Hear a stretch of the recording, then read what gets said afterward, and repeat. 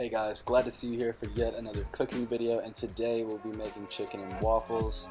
I know when I started this channel I said that I was going to make food that's different and stuff that you're not used to seeing, but for this video I want to dedicate it to my late friend Larry Gardner.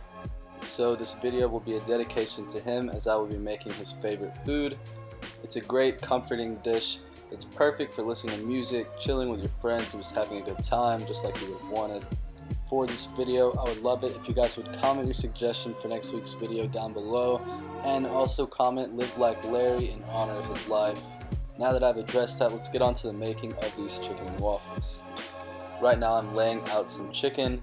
It's just some thighs and some tenderloins. The tenderloins are skinless and boneless. However, you can get whatever cut of meat that you want.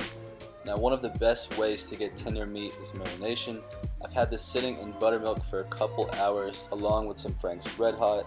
I rub my chicken in a variety of spices. You can do this however you want, but mine consisted mostly of some cilantro and thyme, along with garlic powder, onion powder, chili powder, and cayenne pepper.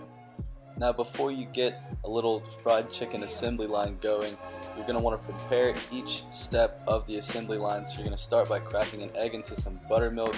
Go ahead and pour out all of your flour into a separate bowl.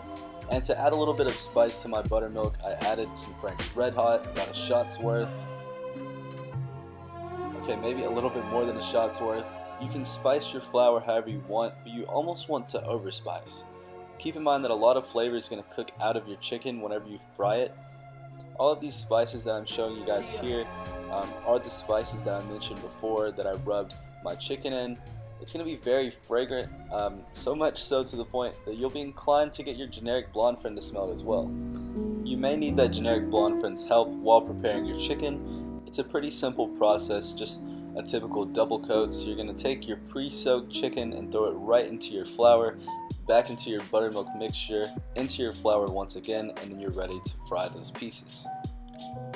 Now, if you don't have a generic blonde friend like mine to help you out, you can always prevent getting flour gloves by having one hand for dry ingredients and another for wet ingredients. Or you could face the inevitable and just deal with the flour gloves, because more than likely they're going to happen no matter what you do. Once all of your pieces of chicken are fully coated, you're going to fry them in about 375 to 400 degree oil. Now, with the wonderful magic of YouTube, I don't really have to wait for that, so with a little clap of my hands, we have our chicken ready to go. Also, ignore that shadow, that's definitely not my generic blonde friend who handed me the chicken. Now that the chicken is done, we're going to prepare the other half of our chicken and waffles dish. While your generic blonde friend is paying great attention to the waffles, you're going to make some white gravy. Now, I couldn't successfully make the white gravy because I didn't have any white flour left from the mix. I really tried, I really did. I was told to make chicken and waffles with white gravy, however I just couldn't make it work. If you want to make this at home, it's fairly simple. You just melt some butter, throw in a tad bit of flour until it gets dry. You're going to add in milk bit by bit. It's going to start off almost like a dough consistency, very thick, and as you add milk very slowly, continuing to mix, it'll turn into a very thick gravy, and then you're going to add heaps upon heaps of freshly ground black pepper. If you're curious about how to make buttermilk waffles, just click the card in the top right hand corner of this video, and it'll send you to one of my past videos where I actually made a chicken and waffles burger. Just go to the 2-minute and 30 seconds mark and you'll find the recipe there. Once your waffles are done, the dish is ready to be plated. Now, normally I don't sit the whole waffle under the chicken just because sometimes it can get a little greasy and it's just not that pleasant.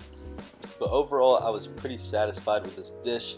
I even got my generic blonde friend to try it.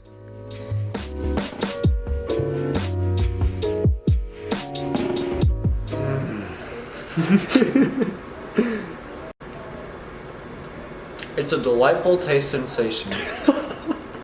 If you got that reference, first of all, I love you. Second of all, please leave a like on this video.